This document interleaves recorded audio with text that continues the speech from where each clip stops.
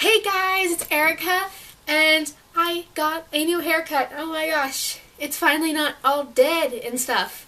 Woo! Today I am going to be doing a book review on Prodigy by Mary Lou.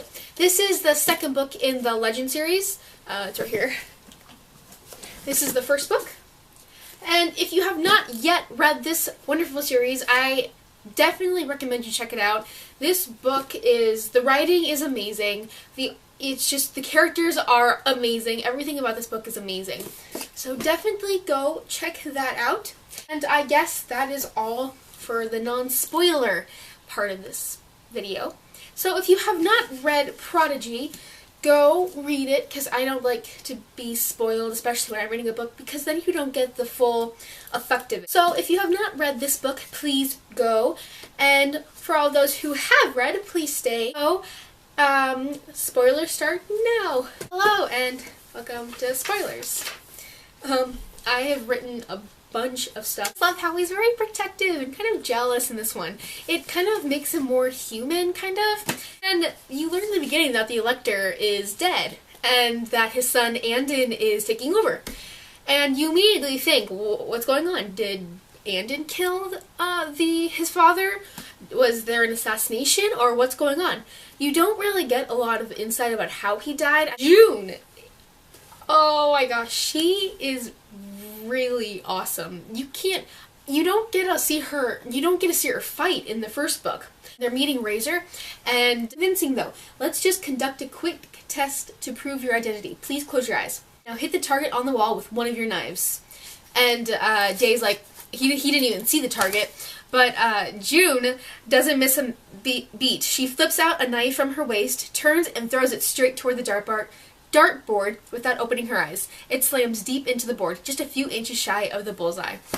That is just so cool, and even when she is sick June can still teach a defense lesson. I love how she's so bad at talking. When June and Day are together, it's like they completely lose their minds. June forgets how to speak. She can't even do a proper apology. And Day's just he's very insecure about himself. He feels like he's not good enough for June, and he feels like she would just leave him in an instant for Andon or something. And they need to open up more to each other. Tess, I can understand.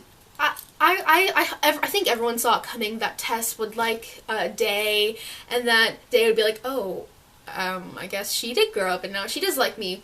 And Day never feels like that, because it's like, I grew up with you on the streets. You're like a sister to me. I don't feel that way. And she's just kind of jealous, but she doesn't have to be so mean about it.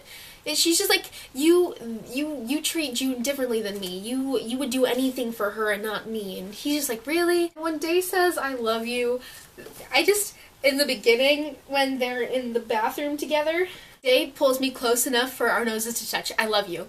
And she says, my heart flips in excitement at the desire in his voice, but at the same time, the technical part of my brain instantly flares up.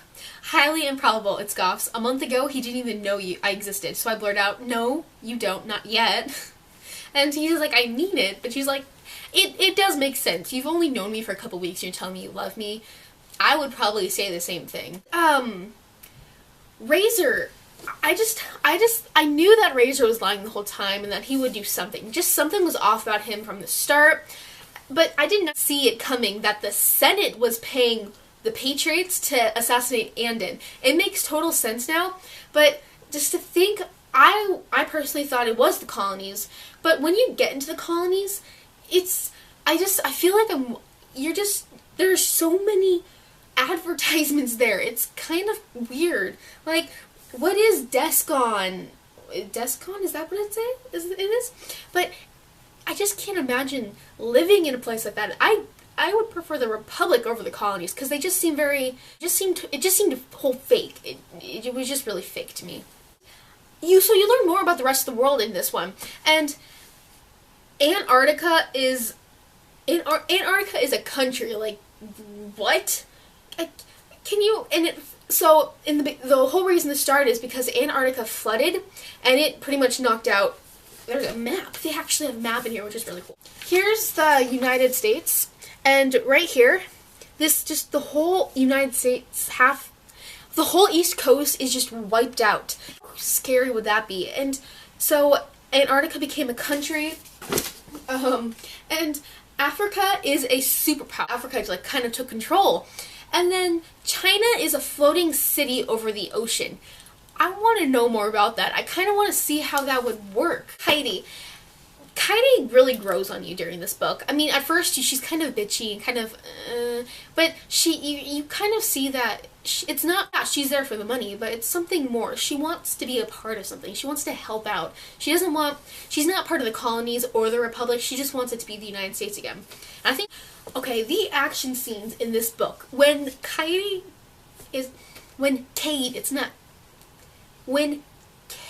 it's Cade, I'm so sorry, I probably pressed it, it's Cade. When Cade is driving the jet, usually in action scenes, you don't really get a feel about what's going on because it's kind of a blur. You just don't really understand what's going on. But in this book, you can tell the diving, just, oh, that part was so cool. That would have to be my favorite part in the whole entire book. The jet scene, and I felt so bad when Coyote died. She died for a good reason, and I was just really depressed about that. He gets a new knee, which is really cool. I'm actually really happy he doesn't really have that weakness anymore, so he's not that as vulnerable with, like, physically. And I like how he's just kind of very happy. He just kind of, when Cade and him are doing that mission, and he's just like, yeah, I know I'm pretty fast because of my new knee. And the paperclip ring. I feel really bad for June in that scene because she just kind of freezes up and she just starts doing, like, technical terms about that, like what's it made of, and she's just, like, staring at it and just mumbling stuff, like, babbling, and then she's like, oh, I like it though, and she gives off that she doesn't like it, and Day's like, oh no, she doesn't like me, I'm not good enough for her because she's upper class and I'm lower class. Day is just so smooth in this one. His jokes and his pickup lines they're just perfect. And then June being fake captured by Thomas.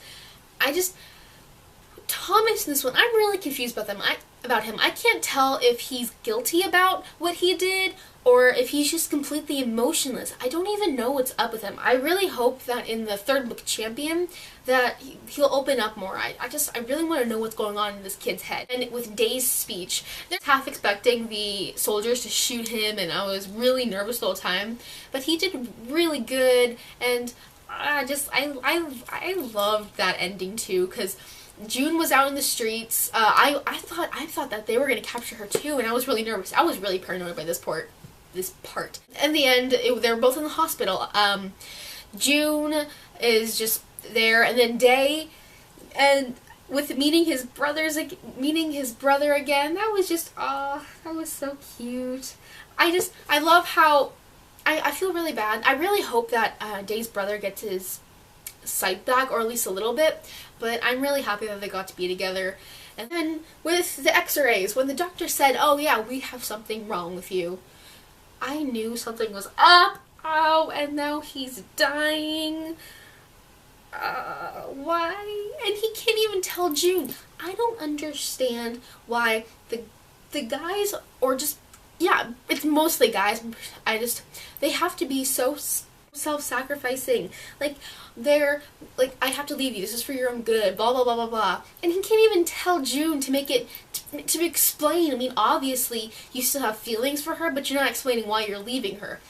I just really wish he told her. And the last kiss, it ended off with them kissing, so maybe he did stay, or just tell her. I don't know. I've got the third book, but I haven't read it yet because and then at first I thought I would hate him, but he's actually really good. I don't want June and him together, but they would make a cute couple, but it's still Day and June.